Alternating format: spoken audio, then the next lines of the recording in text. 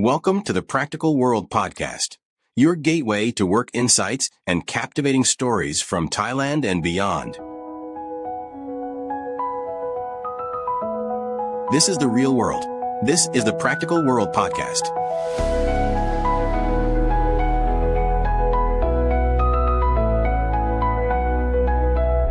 You know that feeling when you're absolutely sure about something that happened at work, like a conversation or maybe a decision that was made. Yeah. And then someone just looks right at you and, tells you it never happened. Or that you're just remembering it wrong. Exactly. It plants this little seed of doubt, right? And it's really unsettling. Makes you question yourself when you really need to feel, confident. Right. That feeling, that sense that your own reality is being sort of twisted, that's often gaslighting. Okay. It's a kind of psychological manipulation. Yeah.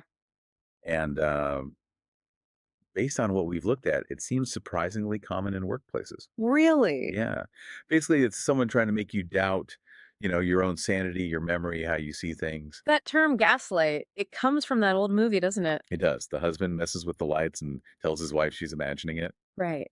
It's such a perfect picture of how your reality can be chipped away bit by bit. Mm-hmm. And that feeling, that's what we're really digging into today. Yeah, our mission here is to give you the tools, the understanding to actually spot workplace gaslighting And know what to do about it. and know how to handle it effectively, yes. So what are we covering? We'll break down what gaslighting is, but also, importantly, what it isn't.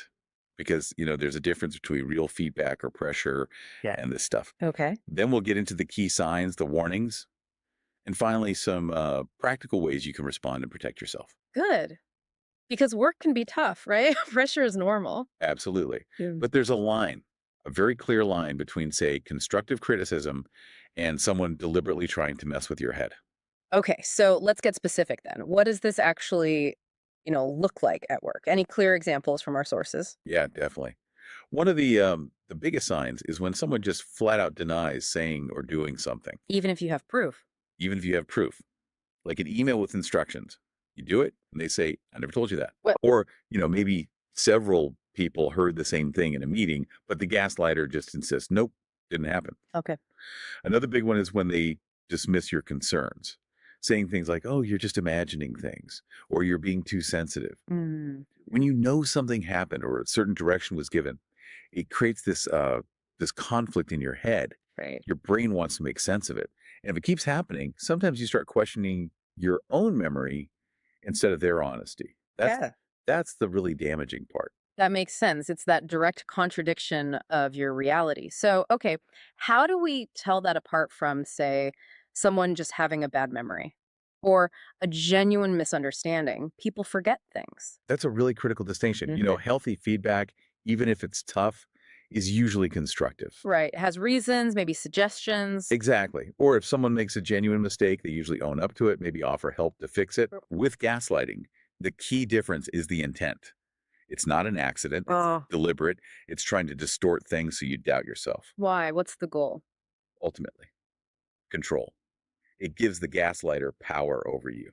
Got it. So it's that manipulation underneath. What about those red flags you mentioned? What specific signs should people look out for? Okay, our sources point to about 5 key things pretty consistently. Right. First, you start doubting your own memory a lot, even when you feel pretty sure about something. You find yourself constantly second guessing, thinking, did I mishear that? Yeah. Even if you know you didn't. That sounds exhausting. It is. Second sign, being told you're too sensitive or you're overthinking or reading too much into things. The classic dismissal. Right. It invalidates your actual feelings and perceptions, makes you think your reaction is the problem, not their behavior. They might say, are you sure you're not just overreacting? Yeah, that phrase alone is designed to make you second guess everything. Okay, what else? Third is inconsistency, big time, between what they say and what they do.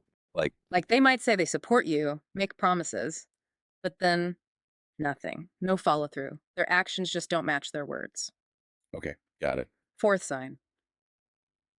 You find yourself apologizing. A lot.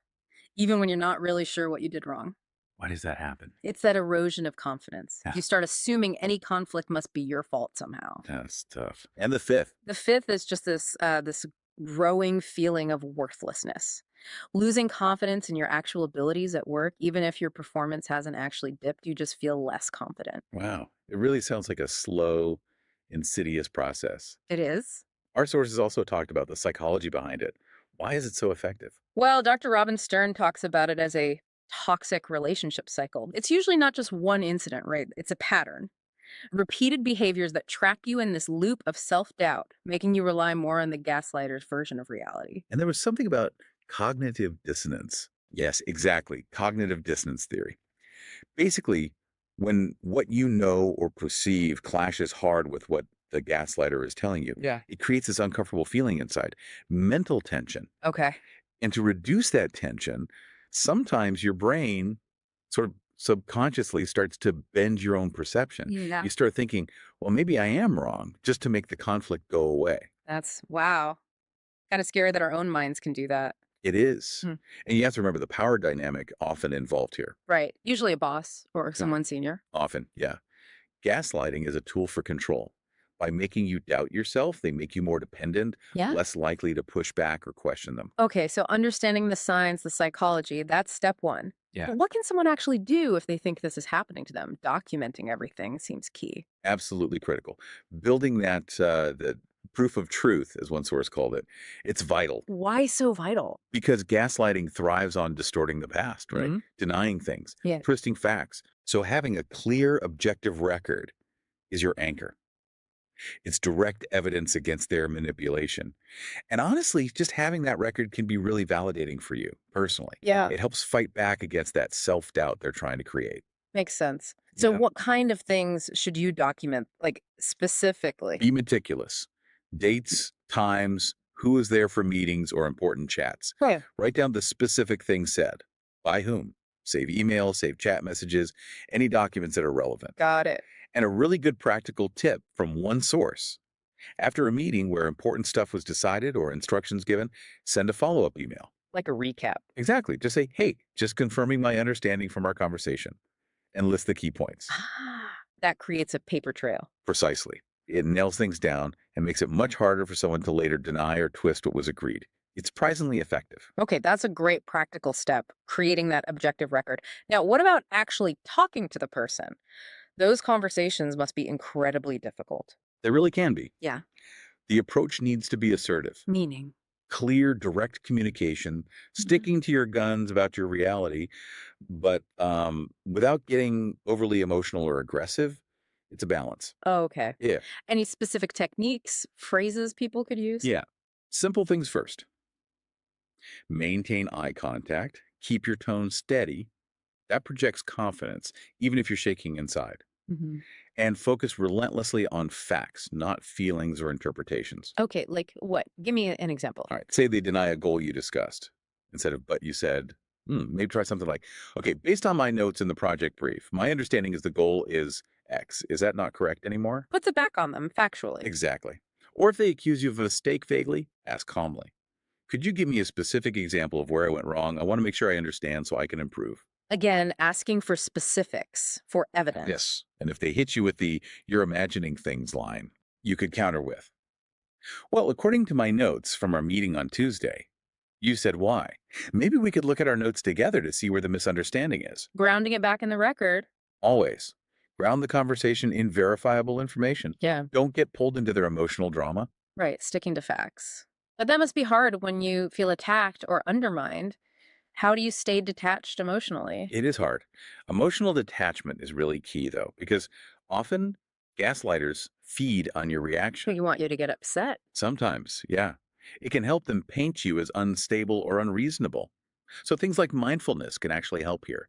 Just noticing your feelings, Mhm. anger, frustration, confusion, without letting them dictate your response. Okay, observe the feeling. Don't become it. Sort of, yeah. And use short, direct replies like, Mhm. I see it differently, or my data shows otherwise, or I disagree with that assessment. It shuts down lengthy, going nowhere arguments Mhm. and know when to walk away. If it's just escalating, if they're clearly not listening and just trying to provoke, sometimes the best thing is to just disengage. Say, we're not getting anywhere. Let's revisit this later and leave. Don't play their game. Exactly. Don't engage on their terms. Okay. Our sources also mention using psychological tools, like from CBT and DBT. How can those help? Yeah, they can be really useful.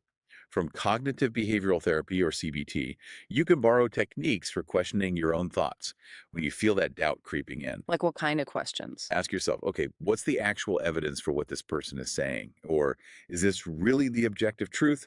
Or is it just their opinion or maybe a feeling they're trying to push onto me? So challenging the gaslighter's narrative inside your own head. Exactly. It helps you critically evaluate instead of just absorbing their negativity. And then from dialectical behavior therapy, DBT, there's this really useful script called Dear Man. Dear man. Yeah, it's an acronym.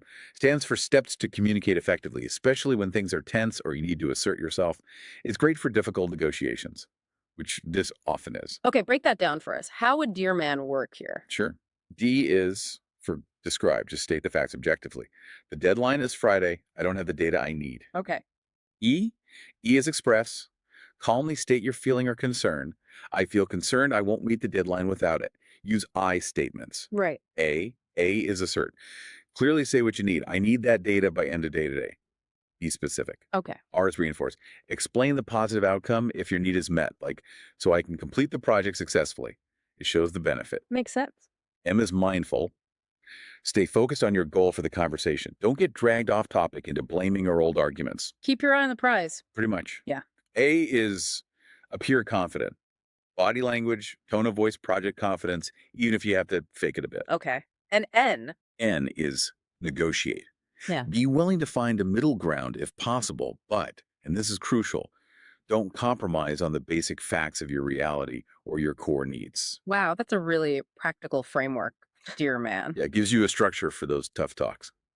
So finally, the source is really stressed, getting support and having a plan B. Why is that so important? Because gaslighting is isolating.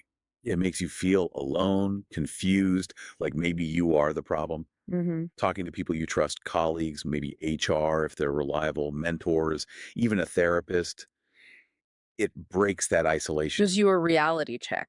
Exactly. An outside perspective. Someone saying, no, that doesn't sound right, or yes, that sounds manipulative.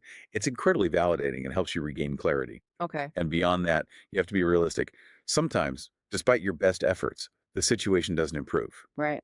And if it's really affecting your mental health, your well-being, you need an exit strategy. It's okay to leave. It's more than it's necessary sometimes. Your mental health has to come first. Yeah. No job is worth sacrificing that. So what does an exit strategy look like practically?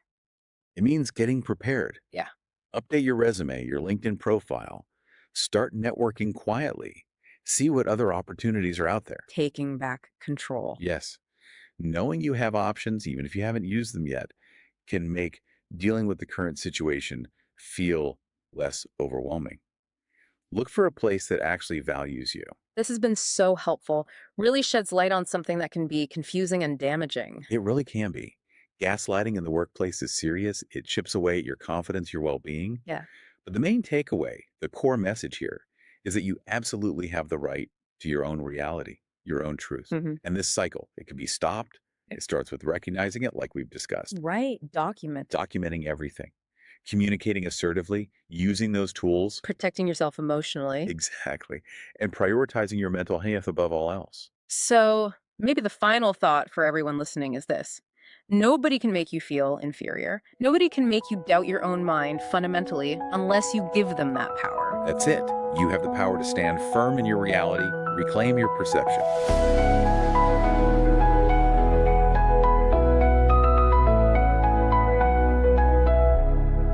Thank you for joining. This is the Practical World Podcast.